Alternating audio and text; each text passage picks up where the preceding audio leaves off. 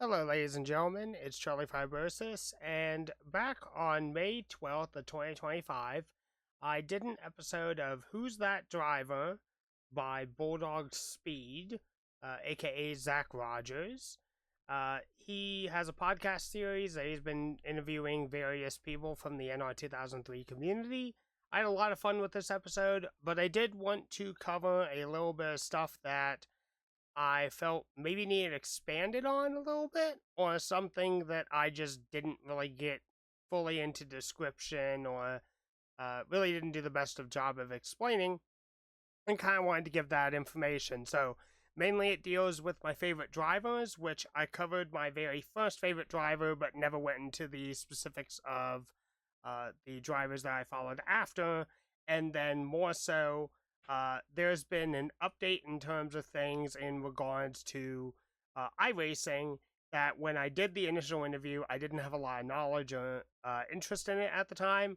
That has since changed as of August 5th, 2025, as I record this. So consider this an adjustment, some more details and everything to the existing interview. If you want to check out the interview and everything like that, there is a link in the description below. Please go and check it out. It was very interesting and I had a lot of fun with it. Uh, didn't really know a lot about Zach, and didn't exactly know where he and I stood on things for the longest time. But it was very cathartic and it was very healthy. So if you guys like what I have to say here, please by all means check out the original video. Thank you, and on to the next part. So, after I became a fan of Jeff Gordon, the funny thing is in 2003, that year I was turning 8, and I started losing my fandom of Jeff Gordon. To sort of explain, he kind of was going on a tear and just winning just about every single week. I know that Tony Stewart won the 2002 championship as an example, but Jeff was still in his very dominant phase, and it's just kind of made racing kind of boring more than anything. So for me, I changed drivers. When 2003 hit, I was 8. 8 has always been one of my lucky, or been more so my number. It's been my lucky number. Um, the way that it all kind of lines up is that, that year I turned 8. Dale Earnhardt Jr. was driving the 8. Um, I actually was born on the 8th of the month. And interestingly enough, like my name comes from, in part, from Cincinnati Bengals quarterback at that time, Jeff Blake, who was number 8. So to me and the number 8 are synonymous with one another. I've always liked it. Um, so one other piece of it is that at least with Dale Jr., like when I was in elementary school, you were allowed to wear a hat, like a ball cap, uh, when you came to the building. Like you could wear it on the walk to school, you could wear it on the walk home, and you could wear it at recess. Well, since Dale Earnhardt Jr. was sponsored by Budweiser, obviously that was not going to fly in a public school. Don't want anything promoting drugs or alcohol or anything like that. So the circumvention was, and I ended up getting this like summer of that year, I suppose, summer of 2003, was I got an Oreo Ritz hat, which I'm going to go ahead and put a picture of that up here on the screen. And it was by far uh, it was what allowed me to wear Dale Earnhardt Jr. NASCAR merch inside the during school stuff and everything like that without getting into any trouble or so. Um, the hat alone, I've always loved the color of this thing. I love the gold yellow. I love the fade into a gradient of pink, as minimal as it is, and then the roof, or not the roof, but the top of it being red. Um, And I mean, obviously, Oreos, delicious. Any kid is gonna love that. Ritz, pretty tasty. But to go a little bit beyond that, like my fandom of Dale Earnhardt Jr. doesn't really come from his dad existing or anything like that. I only got to see Dale Earnhardt in some instance race for 2 seasons effectively. So I didn't really understand like Dale Earnhardt, his death, the impact that it had on the sport, the history of his life, the accomplishments that he made. Like to me, he was just an older driver and apparently very successful, but the most successful driver at that time was Jeff Gordon. So, how am I supposed to entirely know? Um, but to me, there was just a aura of cool that existed around Dale Earnhardt Jr. And something that certainly is seen a lot more nowadays compared to then is that, especially with the podcast and everything like that, Dale Jr. is both a pretty funny guy, and when you get him talking about things that he's passionate about, like it's very interesting. You can tell how much he loves the sport. Um, I love the sport for its history. There are still gaps in knowledge that I have that I'm missing out on. I don't really know much about the 50s or 60s of the sport. I sometimes get a little bit tripped up and think that, Richard Petty won the 1970 NASCAR Winston Cup Championship. He did not. Bobby Isaac won the championship. The 70s were mostly a Richard Petty dominated era, but like the cars from the 70s were cool. I don't have a lot of knowledge on the 80s for some weird reason. Um, I know that was a heavily Dale Earnhardt and uh, I think a little bit of Cale Yarborough. Now more Dale Waltrip, Dale Earnhardt, and Rusty Wallace type domination throughout that time. But I don't have a lot of knowledge on the 80s, and then the 90s is where I kind of pick it up. But it's like Junior getting to tell these stories and everything like that, and just being a guy who I've met the man twice. He just has this attitude that you could sit down, talk racing history with, have a beer with, and it would just be a good time. Like, regardless of what his name is and everything like that, Dale Earnhardt Jr. is just kind of that cool person to look up to. I will certainly say that for the diehard Junior Nation, like the fans that would chuck beer cans at Talladega if Dale Earnhardt Jr. didn't win, or those that would just say Dale Earnhardt Jr. was the best driver in the world, yada, yada, yada.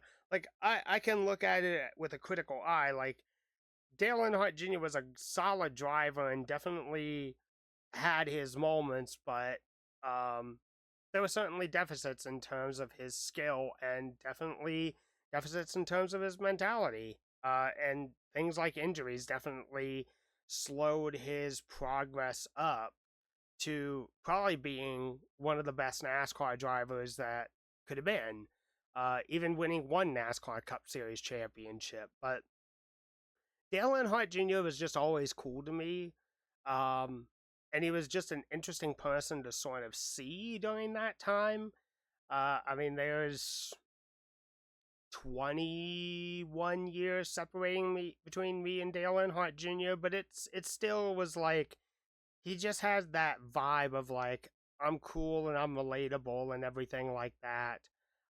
And he was just someone that was cool to see and someone that was kind of cool to hang around or so. Very nice guy, from having met him and everything. And just his more extroverted side that has come out since 2014 with winning the Daytona 500, having Amy in his life, doing the Dale Jr. download and the podcast and everything. Like, you get to see more Dale Earnhardt Jr. nowadays than you do when he was struggling through interviews back in the early 2000s. But there's just a mood of cool that always exists with Dale Earnhardt Jr. and it's why he is arguably like my favorite driver um, from when I started following him in 2003 all the way to his retirement, and still do follow him even though he's not doing like week by week cup racing or anything like that.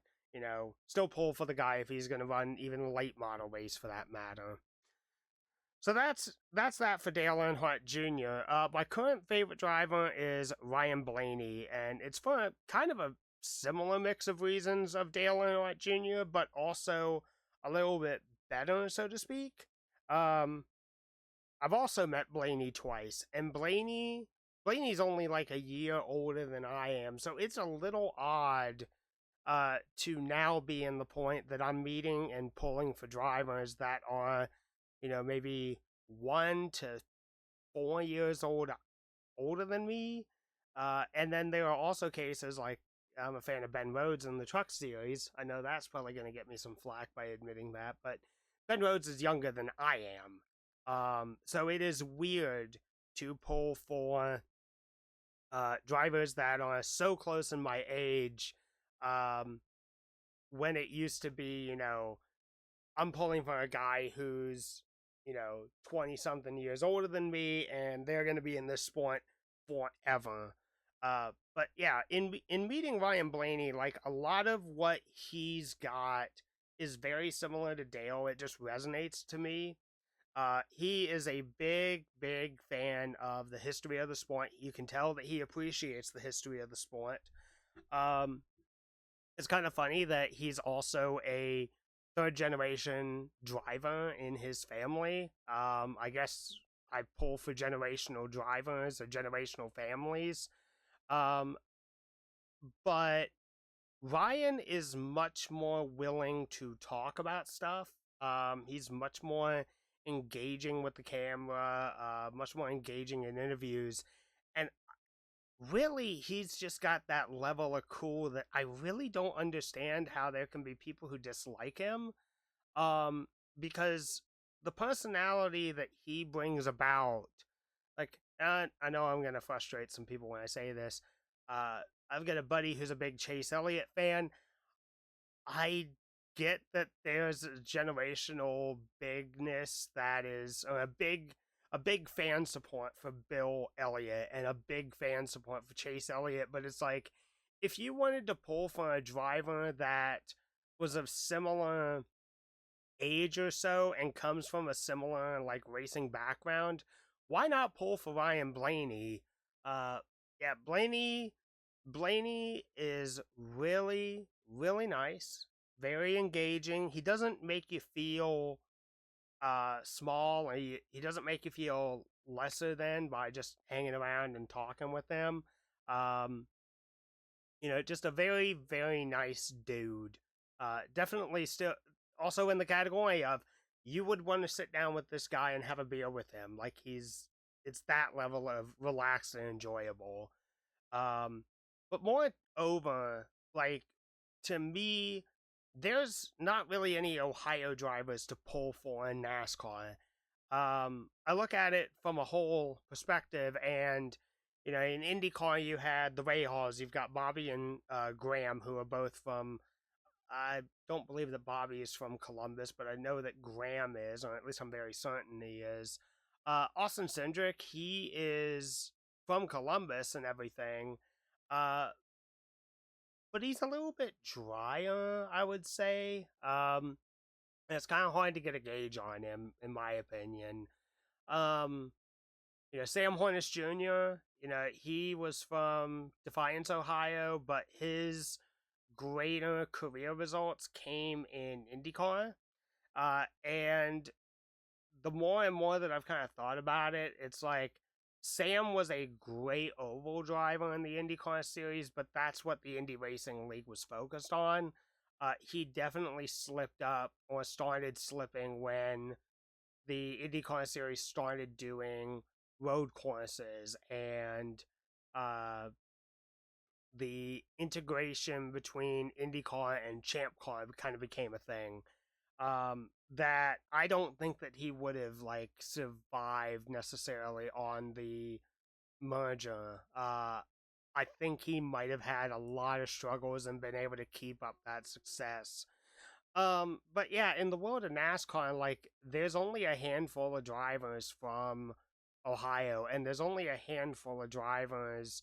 Now, I live in Cincinnati, but there are not really many drivers from Cincinnati that I know of and can be pulled for.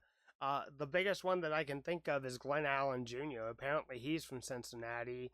And then there's a couple that were born in nearby Hamilton, Ohio, and a few from Dayton. But, um, you know, although High Point, North Carolina is Ryan's home, away from home, uh, the man was still born in Hartford, Ohio. And Dave is from Hartford, Ohio. So to have a driver that is a Buckeye and moreover be a very successful Buckeye in the world of racing. I don't say this and to discredit Dave Blaney because I've done a little bit of research on his career. But Dave tried. Dave really tried with teams that had less funding and less built behind them, that it was going to be hard to beat teams like Roush, beat teams like Hendrick Motorsports, beat teams to an extent like Penske Racing. Like, you look at it and Dave Dave was climbing up a much sharper hill to try and get into NASCAR and everything. And most of his career was, I'm running with Bill Davis Racing. Now I'm racing with Jasper Racing. Now I'm going back to Bill Davis Racing. Oh, Bill Davis Racing is shut down. I'm going to try and run for Richard Childress Racing and a handful of other teams. And he did the whole Tommy Baldwin stint, which was interesting, but Ryan has been able to take what Dave built and has been able to capitalize on it so hard. And one other thing that I will say that I appreciate about both Dale Earnhardt Jr. and Ryan Blaney is both of these guys are aggressive drivers. They work really hard and they put it all out on the track, but they're very clean. I don't typically see Ryan like wrecking people for positions or hitting drivers. As I record this, the race at Iowa just finished up a few days ago, and Ryan got one hell of a charge against William Byron, against Brad Keselowski, and I think against Christopher Bell, if I remember right. And he drove all the way up to fourth. Uh, Dude honestly could have won most likely if he had more laps and had the design of this car, like had he been able to actually make passes with the way that this car works. But still, dude manages to pull off like really good finishes when the engine doesn't blow up or the car doesn't get wrecked. He's pulling off top fives, top tens. Like even under the old system, they would be very respectable numbers. They would be solid numbers for a season. I don't know if Ryan would necessarily be a champion per se under the old system, but Ryan has really impressed me over the seasons with his drive, his determination, his ability, and he manages to do it while being a really cool person and also uh, driving pretty damn clean, all things considered. I know that there's criticism with him kind of blowing up on the radio, but apparently Martin Truex Jr. was like this. Mark Martin was like this. Uh, but they still had a lot of respect in the garage area, and I think that to me, like I said, I hate to say it, but to me, I think that Blaney is more interesting than Chase Elliott, and I think more people kind of need to recognize that. That's not to discredit Chase's success and career stats or anything like that. And I understand the appeal, but for me, just a combination of personality, driving style, cleanliness, uh, drive, just everything. Uh, it's awesome being a Blaney fan. It's sometimes painful being a Blaney fan. Each time that he's lost the Daytona 500 or lost the Brickyard 400, like, okay, those sting, but you look at it and he's definitely got the talent to win these races, hopefully someday. Uh, and even as a step up against Dale Earnhardt Jr., like Blaney's got 14 NASCAR wins, and Blaney has won at tracks multiple times over that Jr. either did not win himself or he got those wins. In some cases, not necessarily faster, but he got more of them than Dale Jr. did. Blaney has a Coca-Cola 600. Dale Jr. does not. Uh, Ryan now has 2 Martinsville clocks. Dale Earnhardt Jr. got 1. And I think that's something that did kind of tip me over the edge a little bit with becoming a Blaney fan. As I originally thought that I was going to be a Alex Bowman fan or a Kyle Larson fan, was I think that the way that Dale talked about Ryan and his ability and personality and everything, that was like, okay, this guy is actually pretty cool. And then digging deeper, it's like, oh, wow. Like, not only is he really cool, but I didn't realize that he was from Ohio. So yeah. I've met Dale Earnhardt Jr. twice. I've met Ryan Blaney twice. And these guys are just, they ooze cool and they ooze just chillness that is really, really comfortable to be around.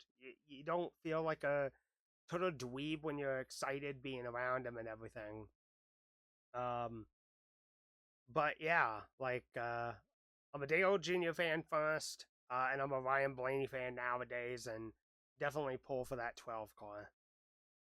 All right, so let's talk a little bit about iRacing with the update and things. So for iRacing, a lot of things have adjusted and changed. So initially, I was looking into getting into a league, and their ruling was you needed to have 1,000 iRating in order to uh, go after and run in their series. Um, Now, I didn't really understand a lot about how the whole iRating system worked, safety rating. I figured that technically they both kind of tie into one another, but I didn't understand, like, what do you do that makes that number go up, and what do you do that makes that number go down? So I went ahead and renewed my subscription back in June, like June 12th of 2025, so a couple of months after, a month after we did the interview. Um, and my iRating uh, shot up more because I had people like Dylan, Will, Cole, like they all sat down and they talked me through, like, hey, if you run cleanly, your safety rating is going to go up. But if you run cleanly and just don't get into people and don't wreck, your iRating is also going to go up. And we initially started practicing on the Charlotte Motor Speedway, which is where the 2025 ArcaCon was that week. And just each hour, roughly, they would hold a 40-lap ARCA session. And with a little bit of help from Will, a little bit of help from Dylan, a little bit of help from Cole, we managed to build what was probably like a 300 to 400 iRating up to like 500, 600, maybe close to 700.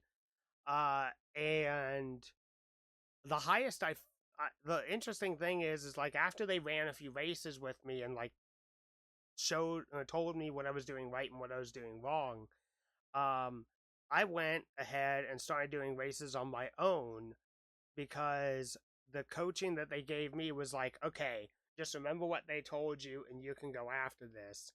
And for me, with it all, I ended up getting a pole at Charlotte in the ARCA car, and I got as high as second place finishing position twice during that week. I had a couple of instances where I just burned off the tires, unfortunately, so I couldn't go for a charge for the win, or I slipped back a little bit, like ended up falling back to like fourth or fifth. But sometimes I could be able to kind of capitalize on that like last 5 laps or so, and people ahead of me would wreck, or people ahead of me would have issues of their own, and then I could capitalize on it and go after it. Um, and then not even all that far after running it, it was like, okay, won at Talladega with the ARCA car, run a few races, and I get my very first win. I get my very first win at Talladega Superspeedway in the ARCA car. A few days later, like a couple of weeks later or so, I decided just for fun, go run the 1987 NASCARs. I recorded and uploaded the video, get a win there. And that was a very difficult, hard, challenging race because of how fast these cars are and how loose they are. It's wild. Um, and then with all that, it's like, okay, it's late night. Let me go and try my hand at short track racing. Oh, it's the hobby stocks.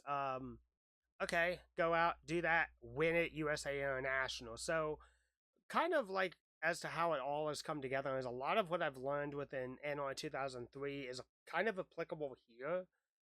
There is a little bit more throttle control that's needed and a little bit of like managed braking, but it is not that difficult. What really the biggest challenge is just like not getting caught up in other people's wrecks or causing a wreck yourself. And even with all of that, like I think my I rating is up to like 750 or closer to 800 now. Um, and I've had cases where I've accidentally bumped someone at like Talladega or so and spun them off my nose. Shit happens. Um, so while iRacing is probably not like gonna be my main jam or so, just kind of having that aspect of like I get to do quote unquote league racing, so to speak, and I can do it every single hour and get more practice at it is really, really nice. Um, it's not perfect by any means. The one thing that I do find a little bit of disappointment in is that because all of this is mostly open lobby racing and everything, it's kind of hard to form a connection with people in an open lobby. Uh, you have no idea what they're going to be like. They could be jerks, or maybe you're lucky and you get along with them, but you may not run into them again. Um, there have been some drivers who have raced me very cleanly, and there's been some that just have driven me very rough. But the way that I see it, iRacing, at least now that I understand it a little bit better, I've got some more hope. Um, and I did run a iRacing league race. They went ahead and accepted me, even though that my I rating was lower than what their normal requirement was. But because I had been grinding and putting in the effort, uh, people were like, "Hey, you know what? He's trying, and we're willing to give him a shot." I tried running the next gen car at Indianapolis, and that did not go well. But the way that I see it overall is that they've got a league going on Fridays. I'm gonna try and run some races there. I know that there's a couple other series that have an iRacing league that is adjacent to their NR 2003 stuff or a former NR 2003 people. Um, but uh, but yeah, it's been interesting how my mood has kind of flipped around. I am pretty darn excited for NASCAR 25, but especially with the PC release, if that's going to be delayed for a little while, then that's okay. I've had a lot of fun with iRacing, and my mood has changed overall on it.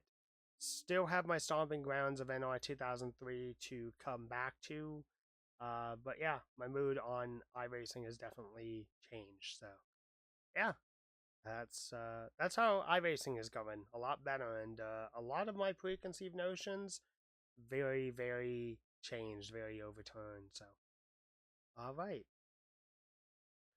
All right, everyone. So I hope you all enjoyed that little addendum. Please, like I said, by all means, go check out the interview that was originally done.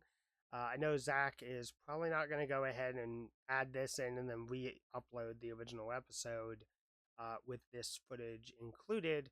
But I mean, this was mainly an addendum more than anything. Some stuff that I meant to cover initially, just never got around to it or forgot to talk about it.